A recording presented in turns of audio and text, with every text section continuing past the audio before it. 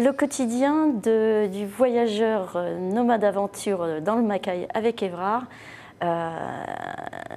j'aimerais bien, moi, savoir comment ça se passe. À quelle heure on se lève?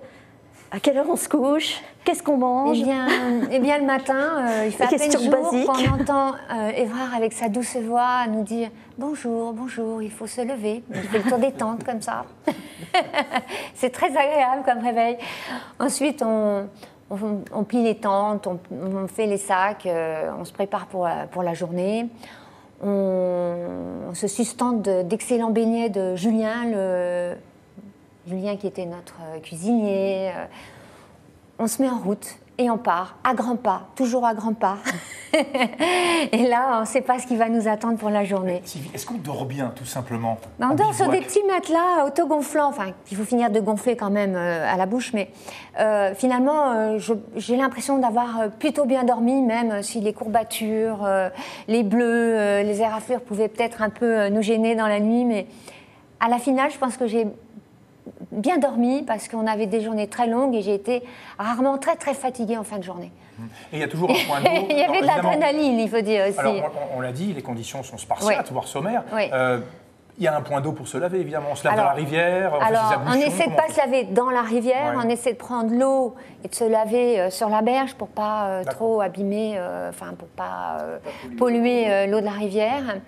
Voilà, on peut se laver tous les jours de cette façon. L'eau, elle est pas glaciale du tout, elle est fraîche, elle est revigorante. D'ailleurs, vous lavez avec quoi? Parce avec que c'est un environnement qu'il ne faut pas polluer, donc j'imagine que vous avez des consignes. Oui, on a des consignes de savon qui se... Enfin, moi, j'avais un gel biodégradable. Pour les cheveux, le même pour les cheveux, pour le corps, ça fonctionne tout à fait bien. Ça pourrait être aussi du savon de Marseille, par exemple. Je ne sais pas si le savon de Marseille, le nouveau savon de Marseille est complètement... Oui, c'est ça, il faut y choisir. C'est vrai. Mais non, c'est... donc, a priori, tous les soirs, en rentrant, chacun... il faisait nuit, de toute façon, quand on arrivait la plupart du temps, donc on pouvait aller...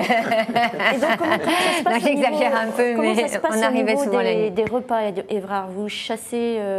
Il n'y a rien, non. Vous chassez les espèces de... Il ressemble un peu à Crocodile, vient de dire. Peut-être qu'il y avait une comment chasse ça s'appelle ces petits, comme des petits phacochères, là, à moitié phacochères? Potamochères. Ouais. Non, on chasse rien du tout. C'est aujourd'hui une aire protégée, donc la chasse est purement et simplement interdite.